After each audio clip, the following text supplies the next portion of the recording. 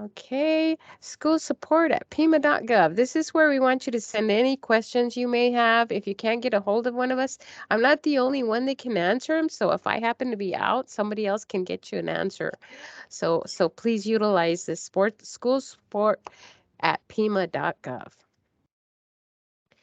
Here is our vaccination page where I have 24 Pima County zip codes at 70%, which is a good amount of zip codes.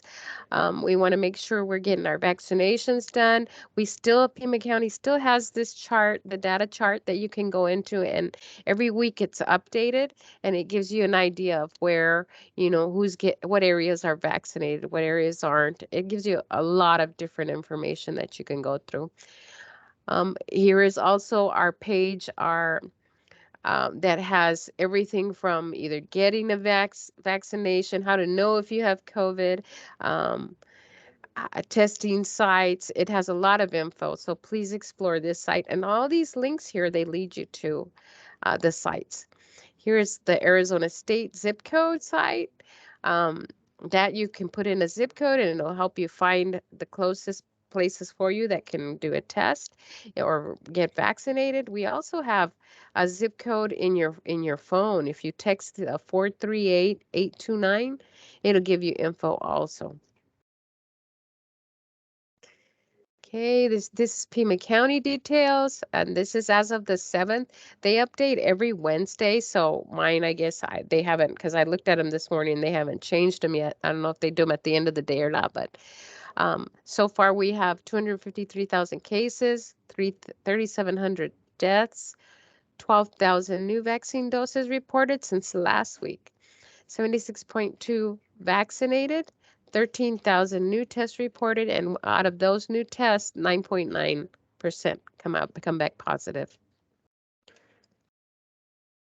This is the chart that I like to compare when you look at both. What we're mainly dealing with is our kids, our lower level kids, our underage kids, I should say, be way below 20. Ours aren't even vaccinated, but you can at least have an idea of what those below 20, how many are vaccinated per month. This is April and this is May. So we've gone down a little. We tend to just go up like a point up percent.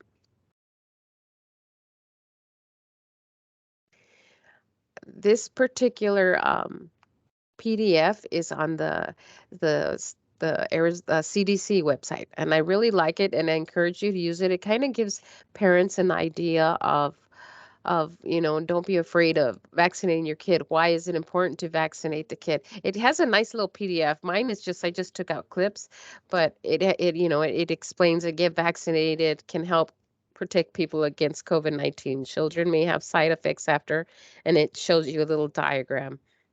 A different dose of COVID-19 is given to children.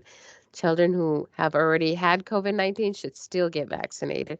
Children can safely receive other vaccines the same day they receive their COVID-19. And that question is asked a lot. So this is a nice little PDF.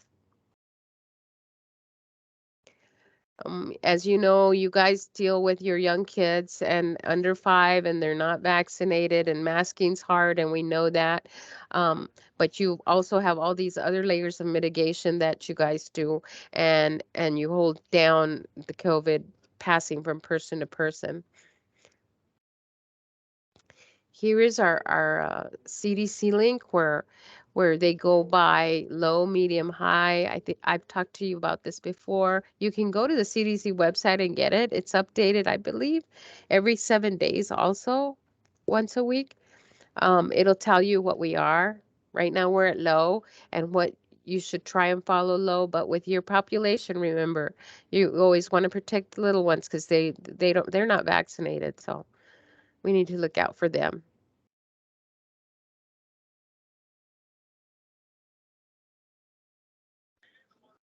Okay, here's some definitions for you guys. Age 5, they can get the Pfizer. The primary series is 2 doses given 3 weeks apart. To be fully vaccinated 2 weeks after final dose, that's the primary series. Up to date is a full vaccination plus the booster. And I know a bunch of our kids can't. The 12 and up can get the booster after 5 months after the primary series. A person is considered boosted. You're going to hear that word a lot. And up to date right after getting their booster dose. The layered mitigation, the cheese, I love the cheese. It tells us our different layers that we need to do personal responsibilities as well as shared, because we're all in this together. I know we didn't like it all these 2 years, but we're all in it together. So physical distancing, hand hygiene, you know, we've gone through this. You guys know the cheese. Here's our guidance again. You want to do hand washing and respiratory cleaning and maintaining healthy facilities. Please, please keep doing everything you're doing. Contact tracing and isolation and quarantine. Please take care of your people. These kids, it's up to you guys and who gets exposed and who doesn't. And you guys do a great job of telling everybody who's been around. Please don't let that get loose because you could see numbers go up. Indication and monitoring. Here's the examples of all the symptoms, which many of you have been doing this for 2 years, so you know them.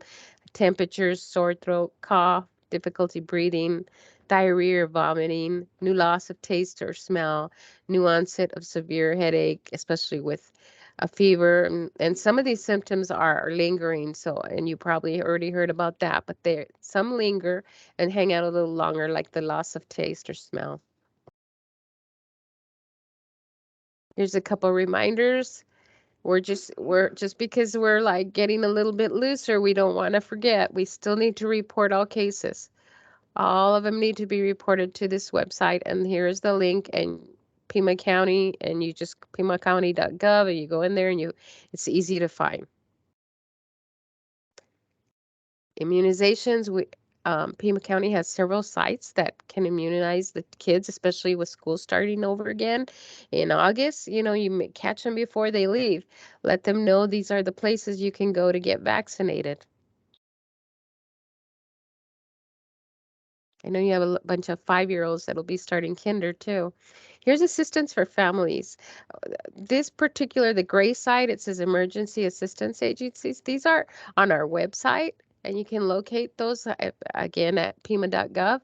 And it'll give you avenues. It'll give people avenues, and you guys get it firsthand from the people who are struggling or not being able to make ends meet. These agencies will help them. You can also go to this link here, and which will lead you to here to all these people. There's the Arizona Child Care Resource and Referral Center. Here's the 1-800 number. There's also DES that's out there to help. If you need any PPE, please let us know, and we can see what we can do and see what we have. You could fill out a school PPE request form and see what they can give you. I understood they had gloves, they had bleach, they had some masks. So if you're looking for something, just let us know and we will try. We have a special guest. First Smiles Matter. It's Andrea Ward. She's going to explain a little bit about the program. She's the program coordinator. Thank you, Andrea, for being here. Hi, thanks, Sylvia. And hi, thanks for having us and allowing us to share some information about our preschool oral health program for Smiles Matter. As COVID rates are dropping and more people are getting vaccinated, we've been very busy reconnecting with preschools and child care centers and providing our services to your age group 0 to 5. Dental decay is considered one of the most common chronic diseases of childhood, and dental issues are one of the most common reasons that children miss school. But the funny thing is that we've known for a long time that dental decay is almost 100% preventable. So our public health interventions for oral health are evidence-based, and this means that the research has shown improved outcomes by implementing our program. All of our prevention programs are focused on reducing oral health disparities and increasing collaboration, because community health is not a task that can be done and accomplished by one organization. Actions must be developed through collaboration and partnership that's focused on one goal, and that is preventing tooth decay in children to ensure a lifetime of optimal oral health. Oh, okay, you already moved my slide. Okay, so First Smiles Matter is grant funded through First Things First since 2009. In 2008, data showed that decay rates in children ages 2 to 4 were the highest ever, and Arizona was no exception. Today, 17 regions of First Things First are funding oral health strategies. Initially, we were just funded in Pima South. And with the success in Pima South, Pima North became very interested. And in 2018, our grant was expanded. So these grants are designed as a collaborative program to reach outlying and underserved areas in Pima County. So we go all the way out to Ajo and down to Sarita, and we really try to reach those underinsured, underserved families. We provide these preventive services anywhere we can find children birth to age 5 and expectant mothers. So we're in a few pediatric offices right now. We see kids during their well child visits. We're in childcare centers, preschools. We go to community events. And before COVID started, we were even at story time at the libraries. So we really try to be we try to think outside of the box and really reach as many people as we can. And please advance the slide. Okay, the burden of tooth decay is not evenly distributed across all segments of society. Research shows that 23% of children experience 74% of the decay. You can see with this graph that when a child gets a cavity at a young age, they continue to get cavities throughout their life. So it's really important that we start early, reinforcing good health habits with the families. Children start getting teeth on average 5 to 6 months of age. And you can see in this graph that by the time a child is 1, it looks like 5% of those kids already have a cavity. So in just the span of a few months, decay has started. And go ahead and advance the slide.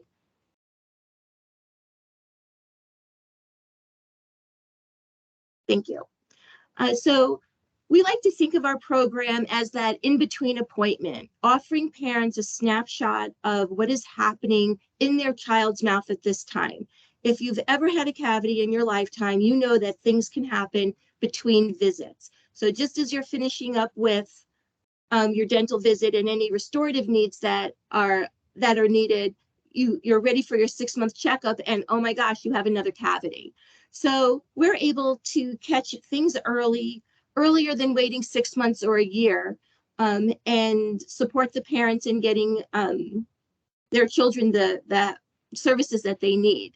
So who can participate in our program? Well, sometimes we call centers and they're like, oh, all of our families have insurance. Well, it doesn't matter. We can see families that have insurance. We can see families that don't have dental insurance. We can see families if they're on access. And often we hear, oh, well, we already see a dentist. Well, that's great. We love to hear that you're already seeing a dentist, but if you see a dentist or if you don't, you're still eligible to participate in our program. And go ahead and advance the slide. So what centers can participate? Well, all preschools and licensed child care centers throughout Pima County can participate with First Smiles Matter. These kids love when we come to visit. It's a new activity for the whole class to participate in. We could even coordinate our visit with a lesson plan that's already scheduled, just to support what you're doing as teachers. To assist you and your staff in feeling more comfortable promoting oral health in our program, we offer professional development to the child care providers. Go ahead and advance. And if you click on this twice, this is our commercial that we had made a couple years ago. Okay, here it goes.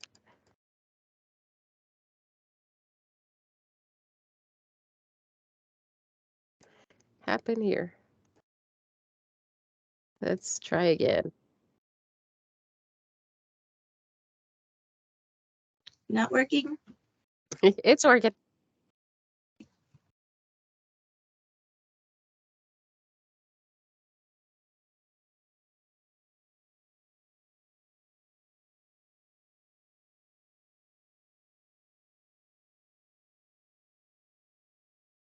Okay, because I can't hear it.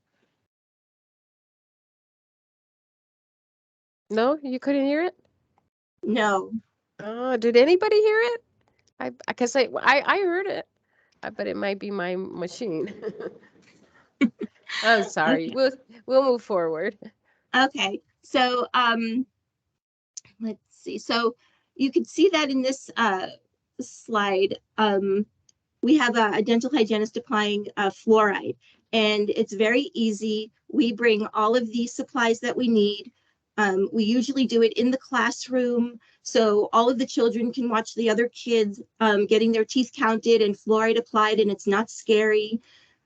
And the kids who don't have a consent form returned to participate in the program get very upset that they can't participate, and they're always, when is it my turn?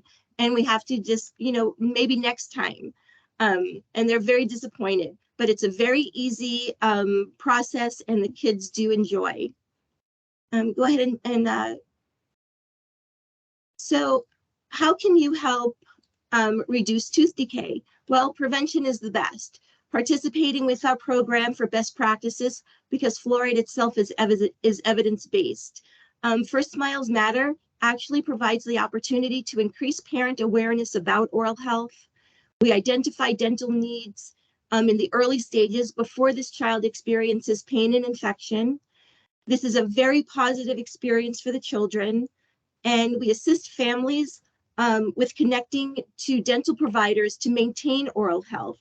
So if a family doesn't have a dentist, but they participate in our program, we will reach out to them after the screening is done and ask them if we can be of assistance in connecting them with a community dental resource. And that is our presentation for today. Thank you, Andrea. Does anyone have any questions for her? You can unmute yourself and ask. If not, we will have Andrea's information we'll go ahead and put it in the chat. That way you can ask her any questions you need to ask her. Maybe set up some First Smile people to go down to your places. So that would be awesome. Thank you, Andrea, again for your participation and presenting all this helpful information to our people. Thanks, Sylvia. Thank you. Does anyone have any questions on anything else they'd like to get answered? Any questions? Okay.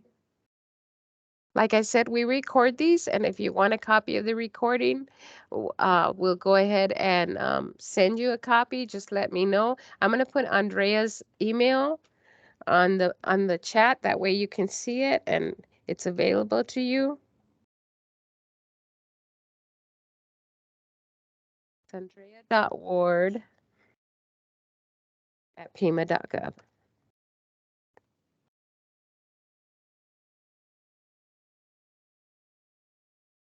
Thank you all for attending. You know all how to get a hold of me if you need something. If not, go ahead and email me also. We're available to answer any questions for you. I thank you for your attendance. See you next month.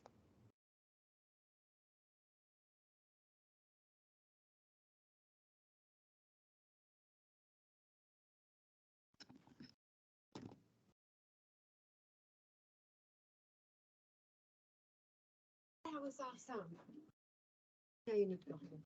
I need to go home.